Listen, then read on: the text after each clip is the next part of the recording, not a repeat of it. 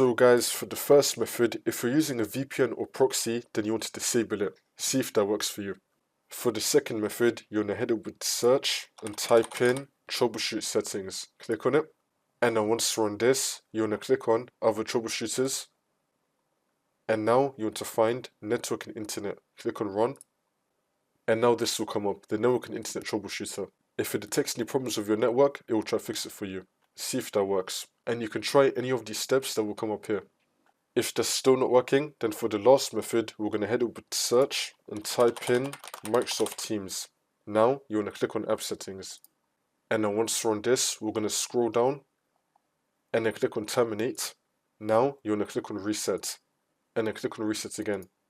And then once that's been reset, we're going to head over to search again and type in CMD. Now you want to run it as administrator and then click on yes. And then once you're on this, we're going to type in ipconfig space /flush DNS and then click on enter. And now we're going to type in netsh space winsock space reset and then click on enter again. And now you just want to restart your computer, come back into Windows, go back onto Microsoft Teams, and then hopefully this will not fix your problem.